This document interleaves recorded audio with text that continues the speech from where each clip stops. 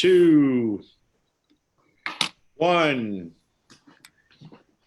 1.5. So I just count back up. I don't know.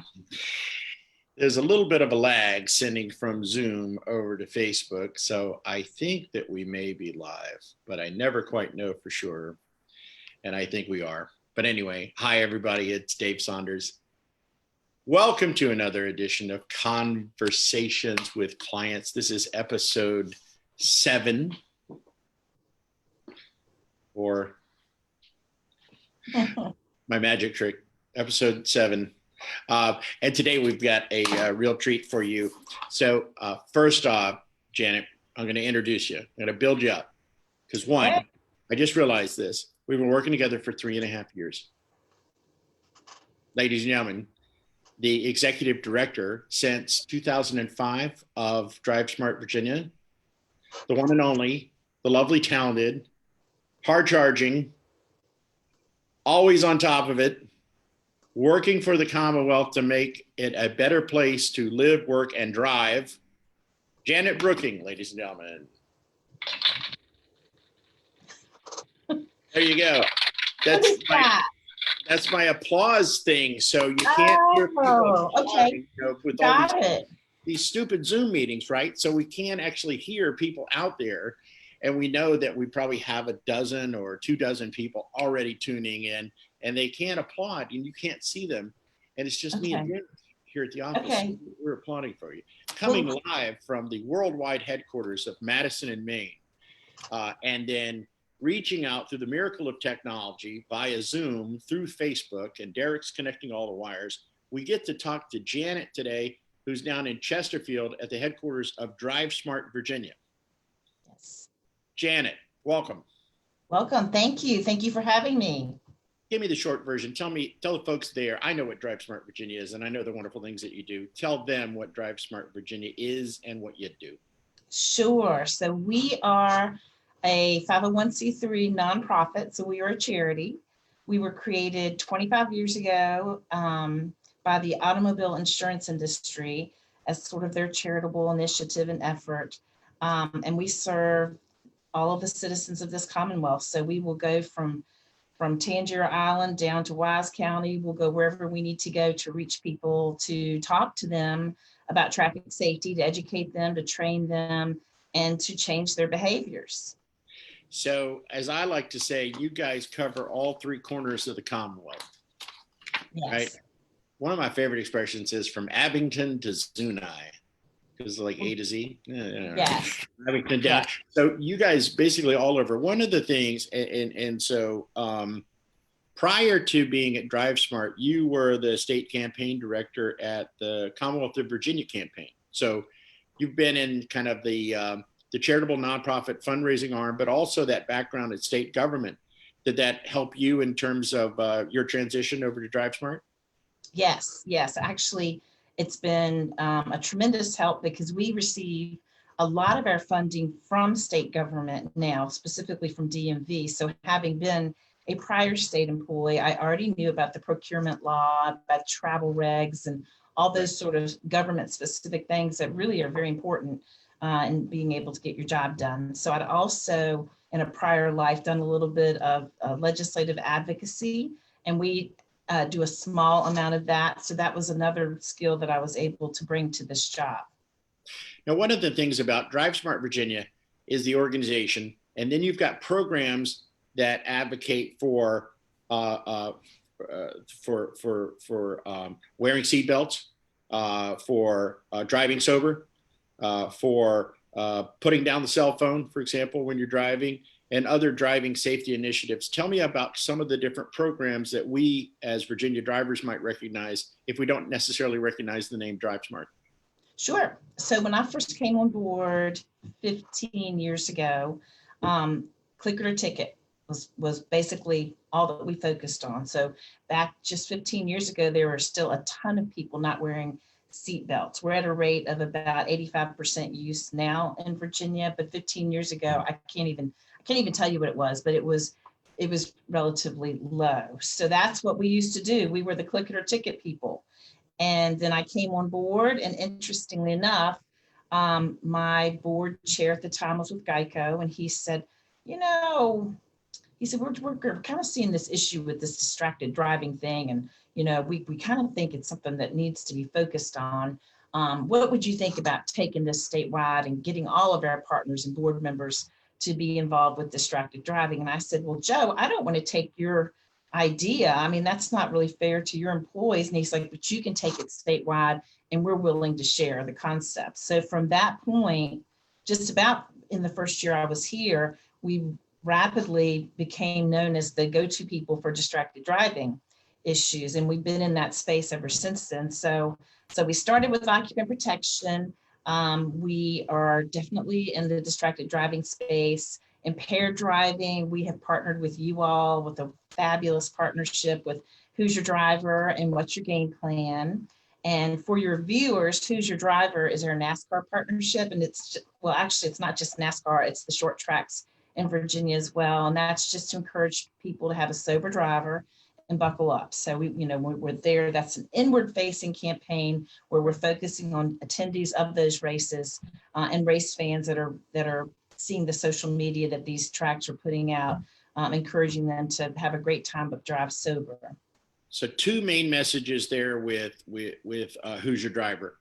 We've really enjoyed working on this campaign. It's been awesome. We've been to tracks all over Virginia. We've been to Martinsville. We've been to over and over to Richmond, working great with the folks at Richmond Raceway. Love working with them.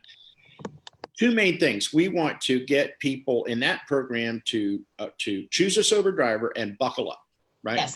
You said something a second ago. So, choosing a sober driver. All right. So we have, it's amazing that literally 30 years or 40 years after Mothers Against Drunk Driving and other organizations have been telling us, and all these laws enacted for us to get sober drivers, that's a huge issue today still. And I want to talk about the demographic that kind of makes these poor choices, right? And then the other thing is buckling up, right? So when I was a kid, I remember driving in Grandpa's, 69 Buick Electra on the front seat, and I don't even know if there was a seatbelt in it, but today, every car has restraints, every car has safety mechanisms in it. But you're saying that 15% of Virginians still do not buckle up? I mean, yes. If I'm doing the math right, 85% of us do, which Correct. is great. And you all have made great progress over the last 15 years getting that line up. But we still have some work to do if 15% of Virginians are still not wearing a seatbelt, right? Right. And actually, we're reaching a crisis right now with COVID. COVID has impacted the way we're driving. It's impacted how frequently we're driving, but it's also impacted how we're driving, and unrestrained fatalities during COVID have skyrocketed. And what that means, and speed is our second issue. So what that means is that people are speeding. There are fewer people on the road. They feel more comfortable speeding. I don't know why else they would be speeding, but they're doing it, and then they're just not buckling up. So more so than ever, like right now in this crisis moment, we're in need of desperately doing something to remind people to buckle up. That's right. Well, and another thing with COVID, so it's changing drivers' behaviors. Are they driving? They're driving less distances, but faster when they get there, right? Or when they travel, because they have some false sense of that they can travel faster just because they can. There's less cars on the road. So I can't speak to why it's happening. It's on a national level. It's not just in Virginia, but it's belts and it's speed are the two things that have really been impacted. So it seems like that one, getting that message out is really important, because that's really, in my mind, it's a no-brainer. I mean, I don't go anywhere without putting a seatbelt on. I mean, my dad was in law enforcement. I did my time doing EMT work years ago, and I've seen traffic accidents up close. And once you see one or two up close where someone's not wearing a seatbelt, you never want to be in that position. And that's just, we talked about that's on the rise too, but also I read that in the first quarter of 2020, driving distractions, phone distractions in particular, are up. People are using these when they're driving. They're texting. They're on social media. They're distracted. Is this the main distraction, or are there other distractions that are causing these incidents? So there are a ton of distractions that you can have when you're driving. They're in vehicle distractions, and there are distractions that are out of the vehicle. But the cell phone has been focused on over time because it hits on all of the different kinds of distractions that you can have behind the wheel. It's a manual distraction. It's a visual distraction because you're looking at it. And then when you're using this, it's also a cognitive distraction. Just check. Hey, isn't that a cool screensaver? I love it. Yeah, anyway. So anyway, bottom line is, over time, the studies show, the most fabulous researchers in the world have studied this, and studies show that this is by far the most egregious of all the distractions, because it's a manual, visual, and a cognitive. If you're eating French fries and you're driving down the road, that's a manual. You're not looking at the fries generally. You're not thinking about the fries. You're just eating them. So there are all kinds of distractions, but the cell phone is by far the worst. One of the things that I did, so I have a teenager, okay, and I have a 21, soon to be 22. She's not a teenager. She likes to remind me that she's 21. In my mind, she's still a teenager. The two of them on their Apple phones, if they're driving, all right, and I send them a text, I get a message back saying, I'm driving right now, and I'll respond to your text when I'm in. That lets me know that, one, they're driving, and then one, not to expect the text message back. And there are some technological advancements that we can do to kind of get, but at the end of the day, isn't it about just saying, this is not for when I'm driving, I just need to put it away, right? Yes. Right. Yes, and in fact, there's, it's against the law now in the city of Richmond to use a cell phone while driving, and it will be in the state of Virginia as of January 1st. Right. Now let's talk about that process. So there's advocacy work that you guys are doing as well. Recognizing that need, how did you start that process with the city and with state government, and how long has that process been in order to get that legislation passed? So the original texting law was passed in 2009. And that was a secondary law. And what a secondary law means is that law enforcement cannot pull you over. So at that time, if law enforcement saw you driving down the road texting, pretty screensaver again, they couldn't pull you over unless you were doing something else. So right. It was really a watered down, a very weak law. Back in 2009, it was all we could get. AAA was a big part of pushing that law through at the time in 2009, and they've been partners with us since then. So we kind of came back year after year with something and tried to get something moving forward. All the traffic safety bills were sent to a committee called Militia and Police, and it was kind of called the Kill Bill Committee. So inevitably these bills would get killed. So in 2013, I think people had enough. So we finally made that texting law primary. By then, it was already a little antiquated, and it quickly became very antiquated as technology advanced and advanced and advanced, and our phones did more. So I think we took 2014 off, and then in 2015, we started trying to work with the General Assembly, with various entities and groups within the General Assembly, to try and craft some language that would be amenable to all. Right. So here we are in 2020 with a law. That's awesome. And I think that's one of the things that speaks volumes to what you guys are doing, looking at an issue that impacts Virginians, countless lives, lots of property damage, injuries, all kinds of things that occur here. And we know, pulling together a partnership, you've got insurance companies basically that are saying, hey, look, this is smart because we're going to have less car accidents and less damage. And then you have other entities in the state government that say, hey, look, this is really bad because, we want to make the road safer. And then you guys helping coalesce this and getting this done. So I salute you on that. That was great work. And I know that that was a big win for you guys. In terms of the programs, we mentioned Hooser Driver, which is the one focused for NASCAR and racing in Virginia, and the partnerships that you have there. What's your game plan, in the college football arena, which is really cool. And then, the buckle up, phone down, kind of the cell phone initiative there as well. Moving forward through next year, is there another kind of initiative that you think you want to get moving on, or is it focus on these three kind of areas for Drive Smart? So one of the things that we recognize as a huge problem is the need to re-educate people and remind people about safe driving habits as we work through this COVID crisis. So in other words, people haven't been, a lot of people are still working from home. A lot of teens, of course, are out of school, and it looks like a lot of them will be out of school through the end of the year at least. So we see a real need to make sure that as people slowly start to begin driving again and getting out on the road, we do some programming to remind them of the importance of buckling up, of the importance of driving sober and not being distracted. So we just feel like people's driving skills have gotten rusty, and we've got to jump on board and really make sure that we're putting something in front of them to remind them of the importance of safe driving. Exactly. That's cool stuff. I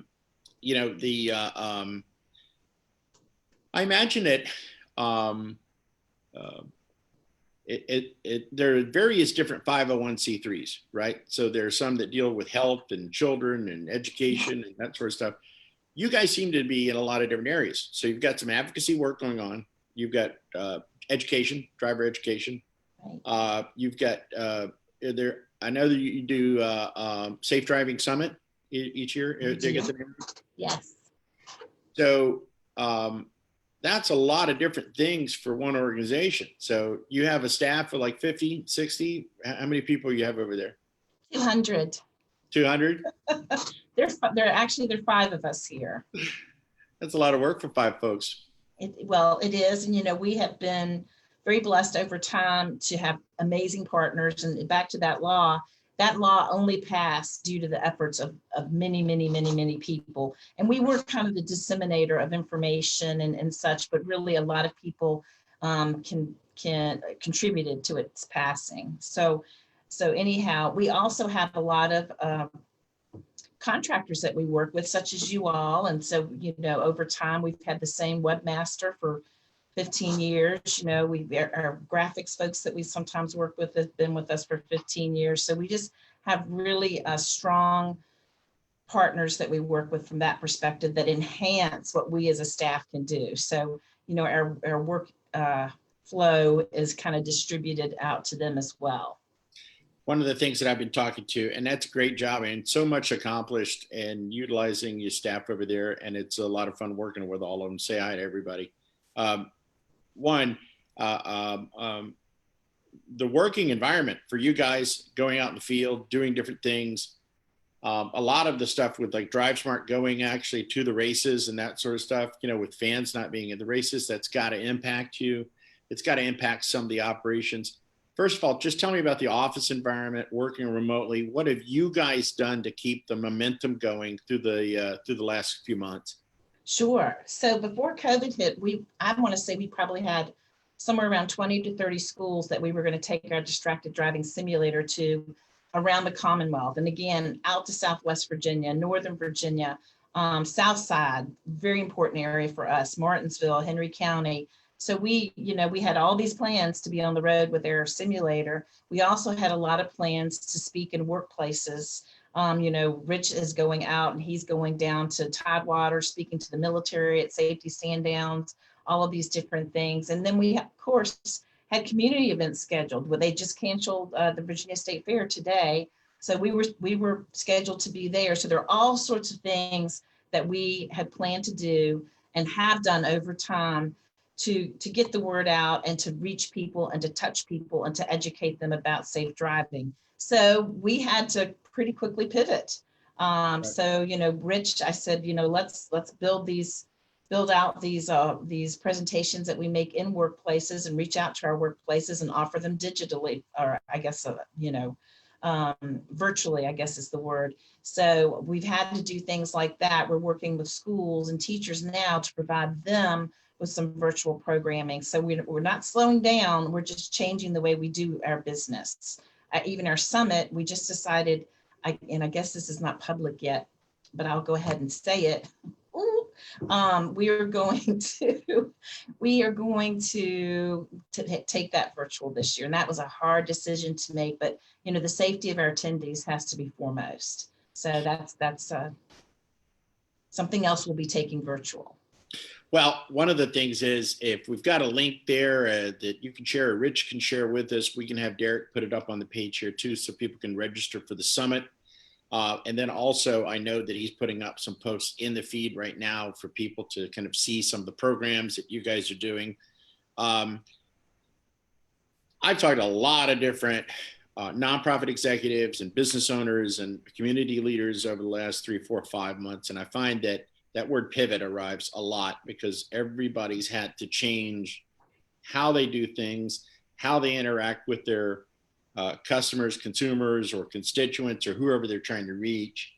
Right now, those things some are being done. Some of those things are being done online. Out of the challenge, there's usually some sort of creative new way of doing something. Is there any sort of new idea or initiative that you guys have come up with in the last couple of months that really was driven by COVID? Like you can't go to the schools, but you want to make these things virtual. There are other things that you guys are doing to reach out? Yes. So I think that not just Drive Smart, but other companies, nonprofits and such are all realizing that that the concept of virtual training is quite feasible. The concept of the Zoom meetings is quite feasible. So, I think that those will continue as part of the way we do business moving forward. We'll move away from having all of our meetings in person and from having all of our training in person. So we'll probably have a hybrid. So that's a really, really good thing. We also are looking at other ways to get our word out. And this is not specifically COVID related, but due to COVID, we've taken some time to think outside the box. And one of the things we're talking about, in fact, which I think is really cool, is street art and murals, because you want to point of sale. If we're looking to change behavior, we need to meet people where they're at, if that makes sense. And so we see a real value of reaching out into the city of Richmond, for example, and getting some signage, getting some street art up there, some murals that speak to traffic safety as a health and wellness issue, which is what it really is. So, we're looking at some different areas like that to try and expand creatively expand our ability to do our jobs. We know from research, talking about distracted driving, talk about sober driving, or talking about not buckling up. It seems from the research, not us saying this, that one, I want to apologize on behalf of men because apparently men do this more than women, right? Yeah. And this 18 to 25 kind of young range, which is my son right now is 18, right? He's entering this phase. What would you say directly to someone that could pass along the message to an 18 to 25-year-old male in the Commonwealth, maybe in the counties, maybe in the rural areas, that using this, not wearing a buckle, not calling or getting a sober driver? What's the direct message that you can pass along so we can pass it to them? Because I'd like to tell my son a couple things. I think that it's important to know that I think it's important for them to know that it's safe it's cool to be safe. So being safety is cool. Safety is hip. No one's going to look down on you if you choose to buckle up. No one. And in fact, and just in speaking with people in focus groups, we're hearing that there's a level of respect with people that do the right thing and responsible and are not and not afraid of looking uncool or whatever it might be. So you want to be the cool guy. So if you're going to be the cool guy, you want to buckle up, you want to drive sober. Nothing wrong with having fun. We're all about having fun here at Drive Smart, as you know, Dave. You're all about having fun, but let's just do it responsibly, So that's what we would say to these young folks. Hey, be the cool guy, be the cool gal. And this is how you do it. And that's a good message. I think that, part of it is personal responsibility, right? But they need to be reminded that there's consequences for actions, Right. we think, oh, well, I can drive and look at this at the same time. No, you can't. No. I can, I don't have to wear a seatbelt because I'm only going a couple miles from my house. No, that's where most accidents happen, is a couple miles from your house. Right. And then literally, oh, I can have a few and get behind the wheel. No, you can't. The limit is 0.08. And we even know that drivers could be impaired at 0.01 or 0.02 or 0.03. That's true. Yes. So those are simple kind of things. Basically, it's like arrive alive, right? I mean, we want to get there. But right. One thing is, that's a selfish view. But the selfless view is, you might make a decision today that impacts someone else that you don't even know. So think about others instead of yourself first. And I think that's one of the things that we want to convey too. And that's a hard message to telling young people sometimes, because they are just coming up. They are a little bit more self-centered. It's an egotistic kind of thing. It's I'm going to take over the world and I'm going to do all these different things, but take a step back and think about the other folks. Right. Well, we've enjoyed really a lot working with you through the years and helping you kind of drive that mission. Right now, if you could talk to business owners and other nonprofits and people that are watching today, how can they support you? How can they get involved with Drive Smart? Give me a couple of ideas. I can give you a lot of ideas. Oh, please. So first of all, I mean, people could always contribute. So, we accept contributions. We are very sound fiscal managers, and your dollar will go far with us. So that's the first thing that I would have to put out there. For companies, we have, reach out to us. We'd love to do a webinar. We'll do a Zoom to your employees and give them a traffic safety overview. There are many, many different things that we talk about.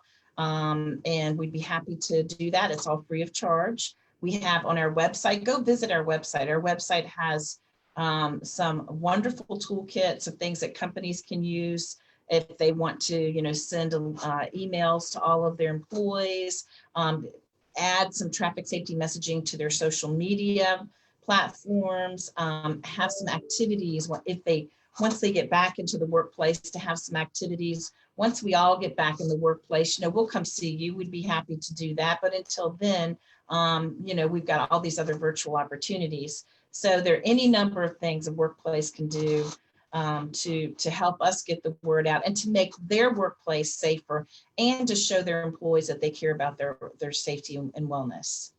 That's a great idea. I didn't think about that. Let's say you got a company and it's a transportation or logistics company. You guys will do a webinar, talk to the people about how to be safer at work, right? So the company has less risk, for example, like getting into an accident, but then also those people go home and they can be safer and they don't miss time from work from being in an accident. And God forbid any of them die in an accident because they weren't following the kind of rules or something.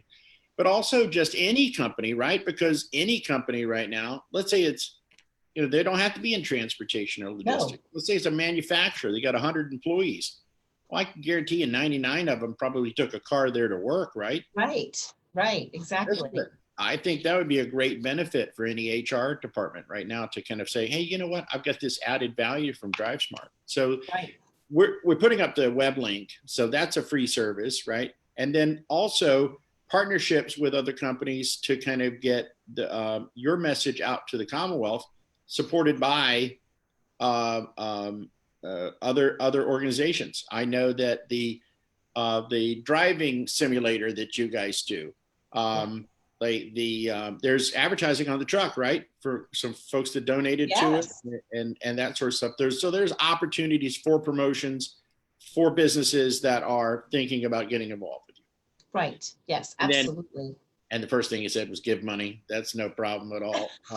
That's the thing. Just tell people like, hey, look, right now, you might have given a bunch for COVID in the last couple of months. I understand the world's a big, terrible place, whatever else, but hey, throw some bucks aside for driver safety. Let's see if we can't save some more lives, because congratulations. I mean, the work that you guys have done over the last 15 years, with you being at the helm, y'all have done a really amazing job in helping us all make Virginia a little bit safer. So we appreciate that, and we support the work that you guys do. We're coming up on the 30-minute mark. That's amazing, right? It was so fast. Any other thoughts or things that you want to share with our audience before I close Sure. I think you kind of alluded to this, but traffic safety is so underrepresented or under acknowledged as a huge health and wellness issue, because basically most all Virginians, unless you're incarcerated or incapacitated, are on the roadways either riding or driving on most days in a normal situation, maybe not now during COVID.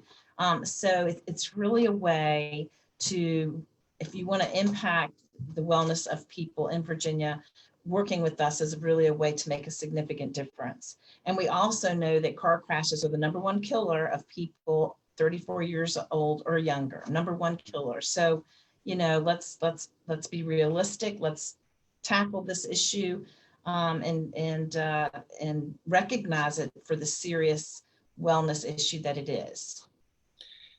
The last thing here is, I know that Virginia Bike and Pedestrian Awareness Month is coming up, right, in September. Yes. So you've got 300 safety partners like across the street. I mean, across Commonwealth, right? What kind of things are happening virtually or in person or whatever else month after next that people? Sure. So we have a toolkit. Again, I keep talking about these toolkits, but we'll be updating that. We have posters, we have brochures. We'll be encouraging companies, citizens, communities, churches, community centers, encouraging anyone that we can to order those materials, to go to our toolkit, to raise awareness, to get the word out, to send out emails, add the messaging to their social media in order to raise awareness about the importance of sharing the road. So that campaign is Right. not to teach people to ride bikes. It's not to, that campaign is specifically to teach people or to remind people of the importance of sharing the road, the right that we all have to be on the road, and mutual respect. And lastly, so I can bring this back in, I got my thing here. So here's a good idea. Ready? See, you hear the good idea? Like to go over to Drive Smart Virginia today, and there you go. Make a donation. How's that? Thank you, Janet, Dave. everybody is clapping for you. There you go. Good job. Thank you for doing conversations with clients today. We appreciate that. I hope everybody learned a lot. I know they enjoyed meeting you. Say hi to the team over there. Thank you. We love working with you guys. Hope to continue that opportunity this year. And Derek's put some links in there, and we'll see you soon. Hopefully, I'll see you soon in person. I'll give you a big hug. Oh my goodness. As soon as the pandemic's over. Safety first. Safety first. I'll put a mask on and then I'll give you a big hug. All right. Thanks, Janet. Take care. Yes. It's good seeing you. Thank you so much, Dave. All right. Bye-bye. Bye.